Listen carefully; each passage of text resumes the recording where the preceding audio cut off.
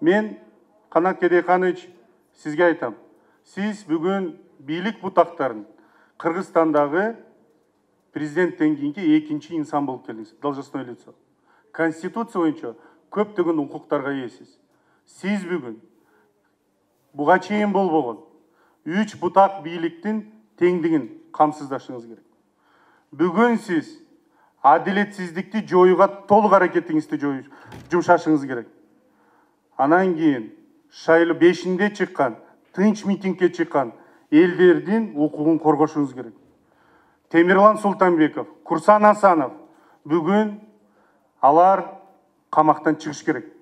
Сиз ошого кийлишип, алардын укугун коргоп, адам башка адамдарды, мына жана иштерди козгоп, саясий куугунтуктарды жасаганды токтотушубуз керек. Биз ачык атаандашууга, ачык эркин демократиялык принциптеги атаандашууга өтмөйүн толкундар будан да көп көбөйөрөт. Эми бийликтин мөөнөтү кыскара берет, эгерде ал адилетсиздик болсо.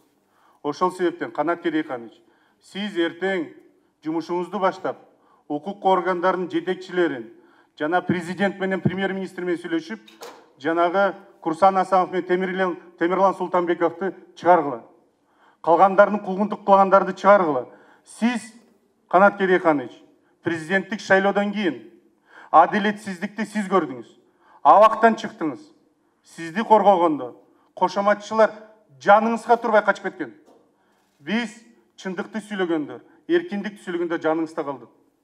Эртең да, азыр да мен ойлойм, башкалардын баары көрүп турат. Кошоматчылардын убагы кыска, кызмат тайгандан кийин алар качат.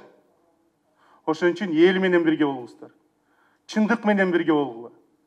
Иман менен бирге болгула. Ошон үчүн сизге ошол иштерди каалайм. Ошон үчүн элди ынтымакка, биримдикке жана адилеттүүлүккө чакырып иш жасайлы. Консенсус болмоюнча бул ыдырап мамлекетибиздин жоготуунун астында туруп калышыбыз мүмкүн. Рахмат.